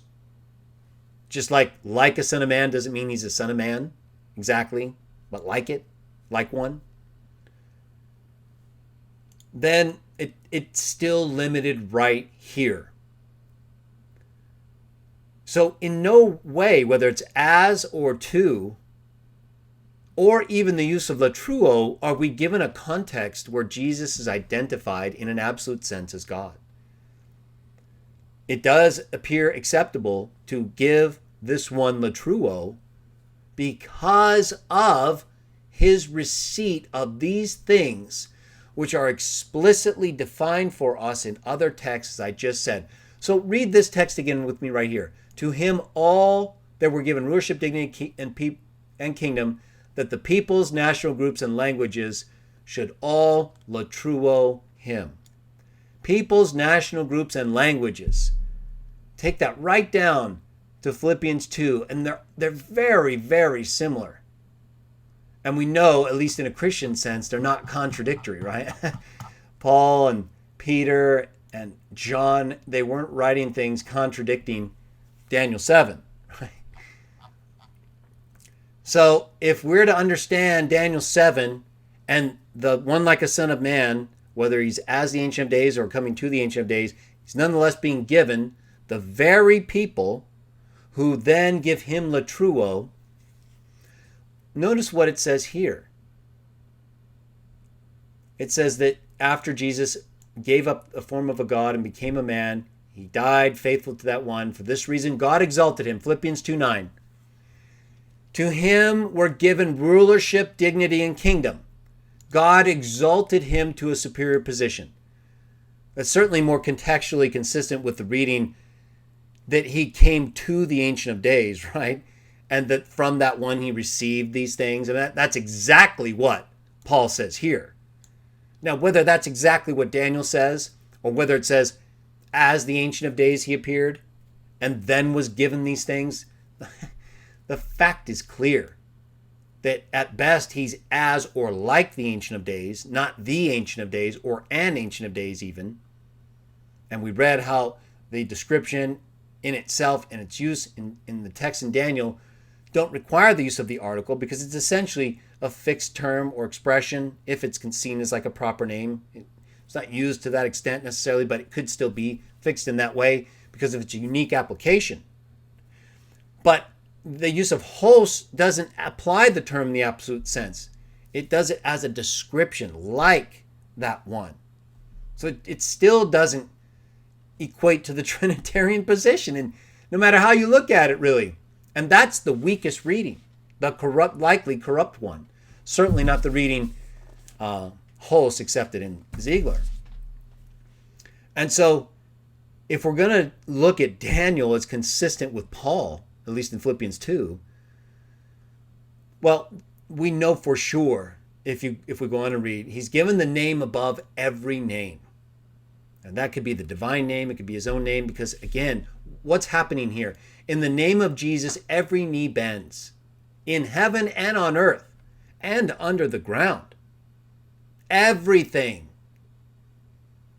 And every tongue is going to openly acknowledge Jesus Christ is Lord. We're leaving something out there, aren't we? That's a big one. Boy, that's a big one, because this is only possible. This is only correct. This in Daniel is only correct and possible because of this.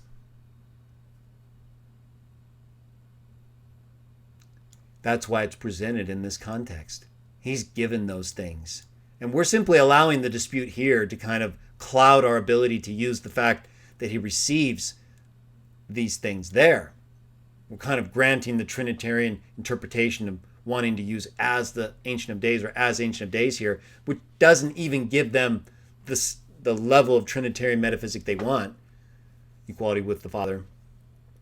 But it just kind of makes it more difficult to use the giving from that one, but that still occurs nonetheless in association with them serving him. So Trinitarians, you can never get out of the limited qualified use of proskuneo or latruo in the biblical text. They're always qualified when it comes to anyone and everyone except God. And that's why Jesus said to the devil, worship God, him alone render sacred service. He didn't say, listen, I'm a person of God, Father's the person of God, you only worship us, we don't worship you. That's not what he said. Let's see what else he said. John chapter 4.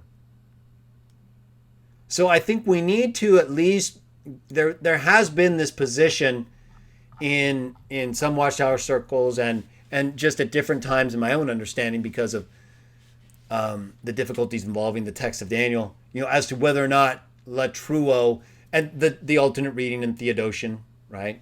The use of douluo versus latruo. So it hasn't been as simple to use the text of Daniel 7 to discuss these issues as it is, for example, to use text from Matthew, text from Luke, text from Hebrews, text from Revelation 22.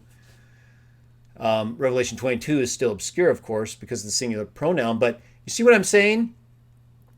Daniel 7 is in that discussion, and we do need to start allowing for latruo to be given to the Son of Man, or one like the Son of Man, to Jesus Christ, in the same sense that he is given the name above every name, that he is given proskuneo, that every knee bends to him, right? I mean, it's in the most descriptive ways that we can read and say. But just like with Solomon, just like with those other figures that we read, just like with Jesus' own followers who would be given proskuneo to their feet, it's done in a limited sense according to the context and allowed by the very ones, God or his Son, who otherwise enforce the meaning of the worship texts. So if they say it's allowed, if God allows the one like a son of man, after he's given rulership, dignity, and kingdom, all authority in heaven and earth has been given to me, so that the peoples, groups, and languages should serve him. What does he do?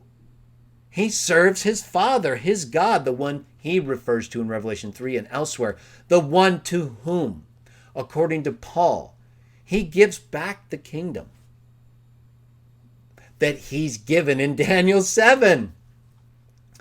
So let's take a look, though, at John chapter 4 and get more involved in this idea of worship. So that, I think, is clear in terms of the translation issue involving Daniel 7:13 and the use of heos versus hos in the Septuagint text, the Greek text, and whether or not the Masoretic text should be used, or the text that use heos versus hos as. It seems to be the case that the weight of evidence and the accepted reading of Ziegler is for heos, and that hos, palaios, is a corrupt reading, a secondary reading. And so, corrupt and secondary, both a scribal error and then an intentional adjustment in order to make it grammatically fit, once the change from heos to hos was made.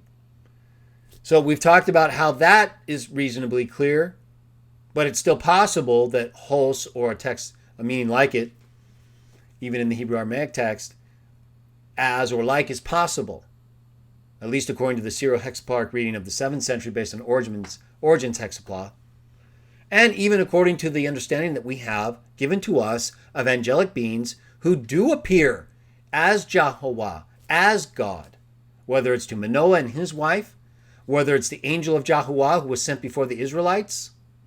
They all appear and speak as Jah, whether it's the angel who appeared to Moses in the bush that Acts says were angels, but that the text in Exodus says it was God speaking to Moses, Jehovah. That's what they do. They're the sons of God. They're gods, just like Jesus. And God said, you don't believe me? Ask them. Psalm 82, John 10.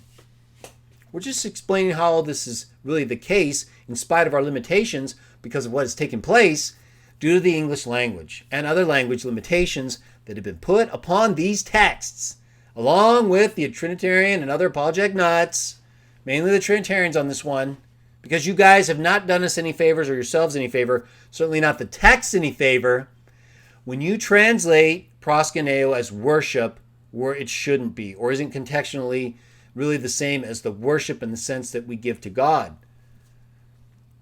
There's a difference. Even when it comes to latruo, Daniel 7 is the best example of that, applying to someone else, and it's only after he either receives from the Ancient of Days or an Ancient of Days, is really the Ancient of Days because of the specificity of the expression to the unique individual, God, in that case, it's either allowable to him because of what he receives from God or because he is like or as the Ancient of Days in the same sense that we're going to read about in just a moment, Hebrews 1 and elsewhere, where he does only what the Father tells him. You see, when you're worshiping Jesus in that sense, when you're giving Jesus the honor that you would give to God, just like with 1 Chronicles 29, you're not giving it to Jesus ultimately. It's through him to God. No one comes to the Father but through him. But you do have to go to him. Just like the followers of Satan had to go to his followers' feet to get to him. We'll discuss that more in a moment, but let's talk about what he said about worship further and the type of worship that should be given. So we've talked about worship words, proskuneo, latruo. Proskuneo has a range of meanings, including worship to God, but also bowing low to people's feet, honoring them as royal or honorable figures sent by God or by Jesus, Revelation 3. And latruo, which involves a religious type of service that Jesus said alone should be given to God, but that other texts like Daniel 7, show God allows to be given to the one to whom he gives all authority to act as him. In other words, you see, God is empowering the Son of Man to be him, God, to everyone else. The Son of Man is not being another God. He's not becoming this God that stands in between as a rival between us and God, his Father. He's a mediator for us and God. He's not a rival. He's not God in that sense, that we look to him and it takes us away from God. Looking to him brings us to God. That's what he says, as we're going to read about in a moment. But first, this. He's talking to a woman here, and they're discussing practices of worship in and around Jerusalem. And then Jesus says to her, she's a Samaritan, and he's a Jew, of course. And so in verse 20, she says to him, our forefathers worshipped in this mountain, but you, the Jews, say that in Jerusalem is the place where persons should worship. Jesus said to her, believe me, woman, the hour is coming when neither in this mountain nor in Jerusalem will you people worship the Father. You worship what you do not know. These are all proskuneos, all the worships here. We worship what we know, because salvation originates with the Jews. So here it's all about the Father, isn't it? It clearly is. Even when it comes to what she says her people do and the Jews do, right? He specifies the Father. He does not include him in their worship in Jerusalem or on the mountain where the Samaritans worshipped. And then he goes on, verse 23, nevertheless the hour is coming, and it is now, when the true worshipers will worship the Father with spirit and truth. For indeed the Father is looking for such like ones to worship him. The Father is looking for people to worship him.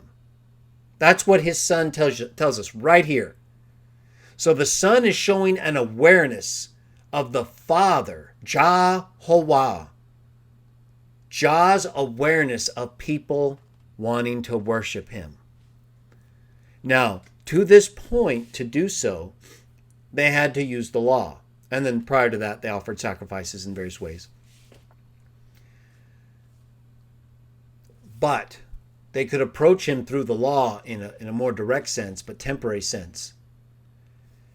Now that's being done away with through Jesus. And he's saying the hour is coming, right? That's what's going to happen. The Father is looking for people. So the Son knows exactly what the Father's looking for, correct? Would have to. At least that's what he says. And then he says, God is a spirit, and those worshiping him must worship with spirit and truth. So it's not so much about the outward display, right? He often tells us that. It's about what's inside. It's about how we're thinking and conscientiously viewing and evaluating things that Jehovah sees as our spirit side, and are speaking to him in that way through prayer. That spirit part of us we can't see, but that we know that is there, because when we die, everything else is still there and something's gone. And the spirit returns back to God. So that's why we identify it as the spirit part of us that we can use to worship God. All right. So we can see the awareness Jesus has here. Does it sound like he would present a threat to Jehovah? I mean, he's reinforcing it, is he not? Let's take a look at another text. So this one right here, who's talking to the Samaritan woman, pointing her to the worship of the Father, how it should be done, what the Father wants. Let's go to Colossians 1. Now we know from the reading of the law that we are not to have an image, right? We're not to make an image of anything in heaven or on earth. Well, of course, we don't follow the law in the sense the law was originally to be followed, not anymore. But it still shows us Jah's will in many respects. But we don't enforce it on anyone. Nevertheless, the law makes it clear, as do New Testament texts, right? Like John warns against idols, My little children, guard yourselves from idols. And we know that idols were not to be used in the worship of Jehovah. Yet here in Colossians 1, look at what it says. He, that is referring to Jesus, is the image of the invisible God. Well, what does the law say is not to be done? Make an image.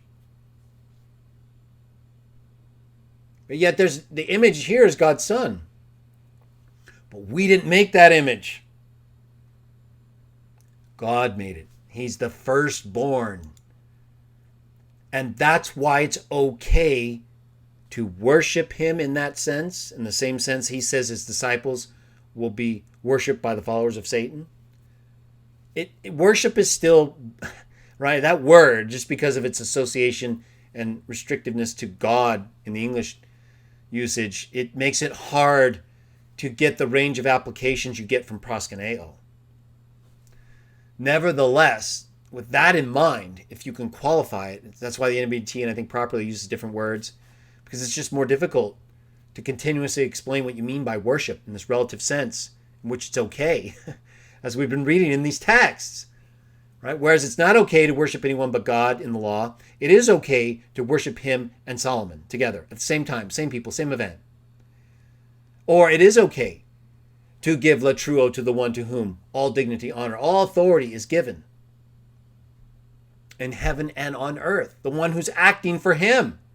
Well, how would you treat him? That's how you treat his image. We didn't make this image. It's okay to worship this image. It's okay to serve in the religious sense that he exists as the one to whom it has been given this position. Just like Philippians 2 says.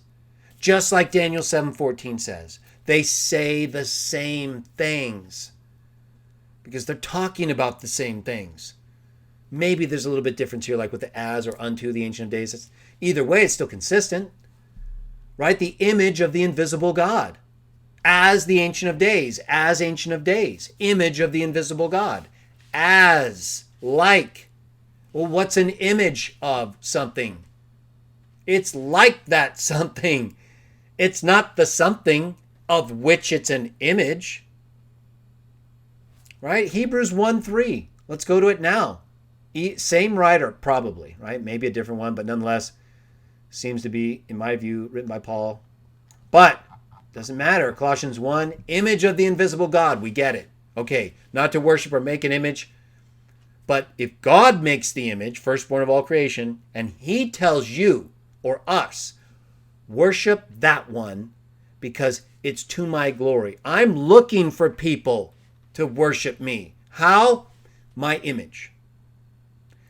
This one's doing everything I tell him to do. In fact, I'm working through him.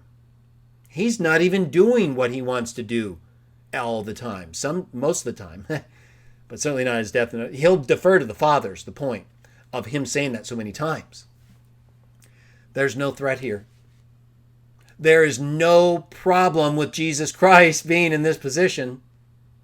There is no problem with giving him proskuneo. There is no problem with giving him latruo, if we understand the text where he's given those things right. Yeah, if you just quote Luke 4 or Matthew 4, where he says you're only to do this to God, and then show where it's done to him, of course you can confuse people. Because you're not reading the text the way they were written. Right? God's not given anything by someone else and then qualifies to be worshipped or given service as someone else's image. You understand? It's so different. It couldn't be any more different in that respect, right? That makes all the difference. That's why that little part of Philippians 2 that I highlighted or left off, to the glory of God the Father. You would never find that said about the God of Isaiah, the book from which that quotation in Philippians 2 is taken, but then changed and added to in order to make it fit what's actually happening. Right? This is only possible because he's the image of the invisible God. He's not the invisible God. Hebrews 1:3. He is the reflection of his glory, or God's glory. It's talking about God right here from verse 1. and then through the Son. The Son is the reflection of God's glory. The reflection. Do you know that the moon reflects sunlight, and that's what we see at night? Reflection. These words mean what they mean. They're not like secret words with special cryptic meanings and we just got what's going on. How do we figure this out? No, that's what it means. Reflection. Everybody knows what a reflection is, unless you're 3 years old. And even they can see in a pool of water and probably figure it out. Hear the word. He's the reflection, the image,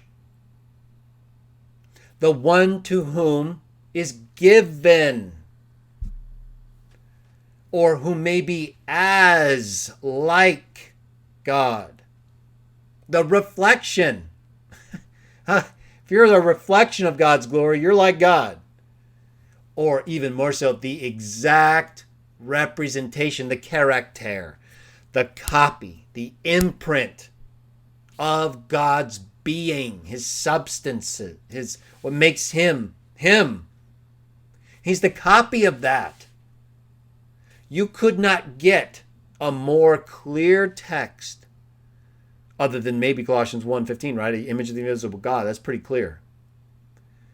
That's why it's okay for Paul to write what he writes in Philippians 2. Every knee will bow. Every tongue confess. Every living thing, heaven and earth, that Jesus is Lord. Kyrios, Lord. Not the divine name, but it could be, right? If he's given the name above every name. Just like who? The angel of Jehovah. Exodus 20 and following. All throughout.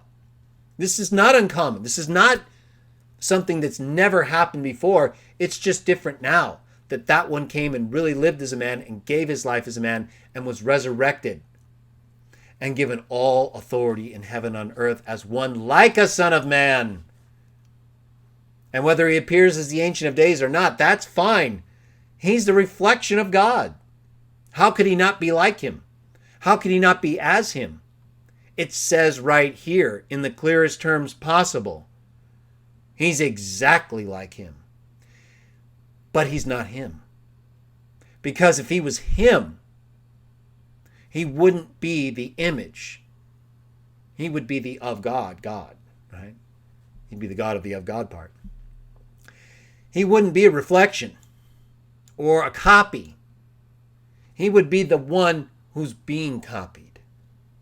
He would be the one who's giving out what's being reflected. So this tells us two things. This text like it, Colossians 1, that Jesus can and is in this position as God, as like God, doing only what he's told to do, not so that he can receive the glory and God can't. That would be wrong. That's what Satan wanted in Luke 4. That's not what Jesus wanted. That's not what he's doing. And that's not what you or I are doing when we give honor and even worship with the qualified sense in which we've talked about it to the Son. It's God's image, the one image you're allowed not to make because he made it, but to honor and worship as God because he is doing exactly what his Father does and is in his being exactly like him as a copy. You couldn't get more descriptive terms in terms of that association or the temporal relationship between a father and a son, which is also given to us right here. But when you're a copy of something, character, that's it. It's temporal one of his being. Right? God's not a human. That's referring to him in his spirit form. Reflection of his glory. Copy of his being. Let's go to one last text. John chapter 14. So many texts we could read and review to together express this view of how we should worship God and his Son in that relative qualified sense. It's going to be difficult to use the word worship because of the way English has enforced the idea that it's only to be given to God. So we're going to have to just explain these things because the biblical text, whether it's the words for worship or the idea of who is a god or God, right? They become confused to some extent, but not so badly that we can't figure it out or help other people figure it out. It's just going to take a little more work because, unfortunately, a number of people who should know better, Trinitarian scholars like F.F. Bruce, don't always do things right. They're smart people. We learn a lot from them, but they often read their view into the text rather than weigh the evidence to see what's really happening. Sometimes they do, sometimes they do not. And even when they do, if they get the right reading, they often interpret it in light of later councils and creeds that are not consistent with these texts, like Hebrews 1:3, Colossians 1:15, all of them. Psalm 82, John 10. John 14 will end with this. This is Jesus talking. Do not let your hearts be troubled. Exercise faith in God. Exercise faith also in me. In the house of my Father there are many rooms or abodes. That means rooms, places. There's a lot of spaces. This is not small. Beyond the earth.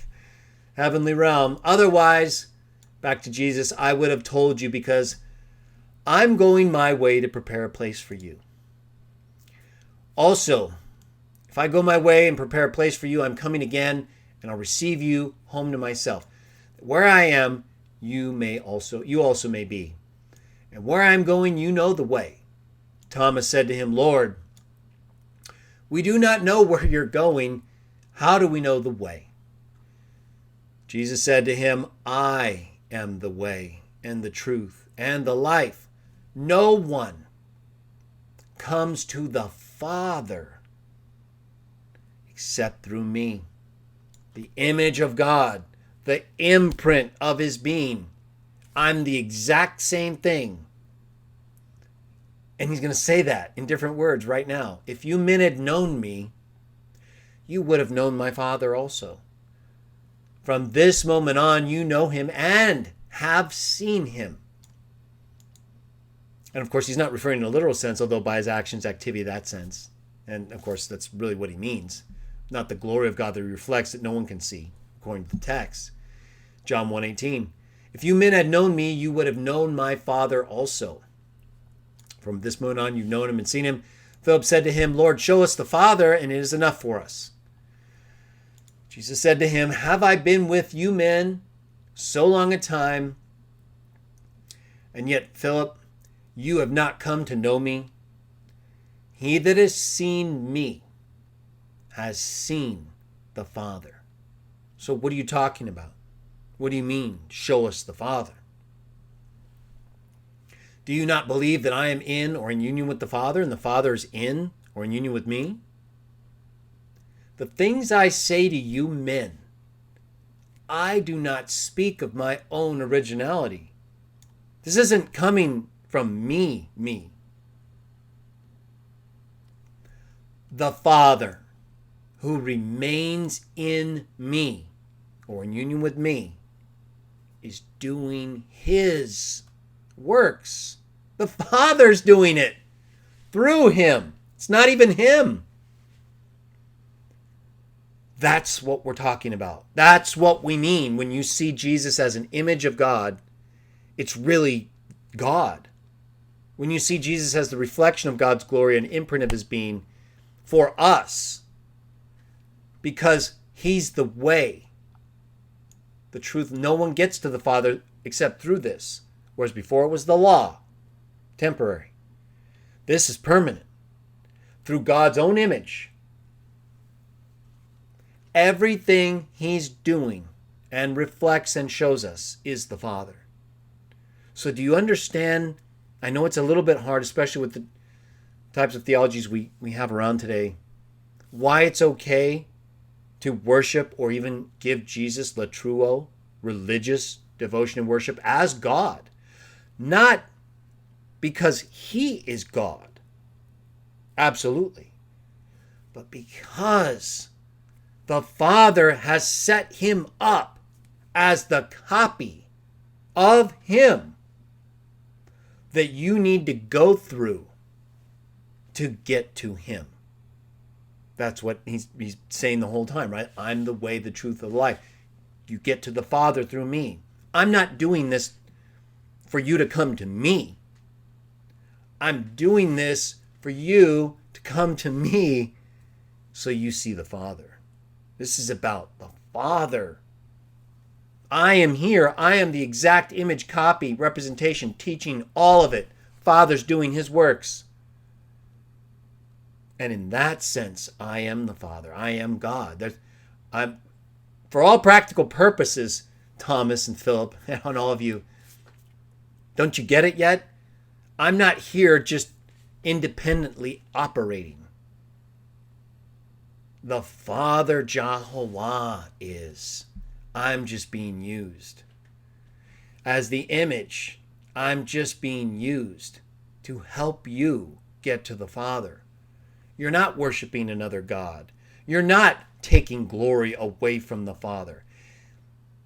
You're giving it to him by following what he says through the one he's using. He says it right here. It can't be any more clear. The things I say to you men, I'm not saying of my own originality. The Father who is in me is doing his works. Believe me that I'm in the Father, in union with the Father, and the Father is in or in union with me. Otherwise, look at the works. Most truly I say to you, he that exercises faith in me, that one also will do the works that I do. And he will do works greater than these, because I am going my way to the Father. And then he goes on to talk about the things that he's going to do. He's going to go away. And then he has a conversation with Judas, makes some comments in verse 22. And then in verse 23, we'll end with this. In answer, Jesus said to him, Judas, not Iscariot, if anyone loves me, he will observe my word, and my Father will love him. And we will come to him and make our abode with him. He that does not love me does not observe my words, and the word that you are hearing is not mine, but belongs to the Father who sent me. Just like the day and the hour no one knows, not even the Son, right? He wasn't given that word, the day of the final coming, his coming before the start of the 1,000 years. But he was told a lot of these things, everything he's telling them now. While remaining with you, I've spoken these things. What things? What the Father told him. What's not his. But the Helper, the Holy Spirit, which the Father will send in my name, that one will teach you all things and bring back to your minds all the things that I told you. I leave you in peace. I give you my peace. I do not give it to you the way that the world gives it. Do not let your hearts be troubled, nor let them shrink for fear. You heard that I said to you, I'm going away and I'm coming back. If you love me, you'll rejoice that I'm going my way to the Father, because the Father is greater than I am. This is so important and has been relegated to the pile of just, we've talked about that text by Trinitarians and others because it's just so easy to use, right? The comeback response to those who believe Jesus is truly equally God at all times is that this is just his man part talking, not his God part. Like he's two parts at one time, two consciousnesses, one that's greater than the one that's equal to the Father, one that the Father's greater than, two natures, two persons, one that doesn't know and one that does know all things. So they split his nature up into two separate people. That makes it ridiculous, right? It's inconsistent with the text. He doesn't say that. He doesn't limit it to him. He talks about everything he was told to teach, all the things he was told to speak, not from him. Father sent him. Father's working in him. You get to the Father through me. I'm going to the Father. that the Father may be glorified in connection with the Son. Every knee will bow and every tongue confess Jesus is Lord to the glory of the Father. It's the same thing right here. Everything done in connection with the Son is for the glory of the Father. It's the Father working. How can it not be to the Father's glory, right? The Father is using his firstborn Son to communicate to us. Whereas he did this in the past through prophets and others, Hebrews 1, now he's doing it through a Son, the firstborn, that he brought into the world, that all people and angels worshipped in the sense of proskuneo. We read that in Matthew 8 and other texts, Hebrews 1, 6. We referenced it. And we read 1:3, and I'm referencing now 1:1 and 1:2. All of these things connect and fit.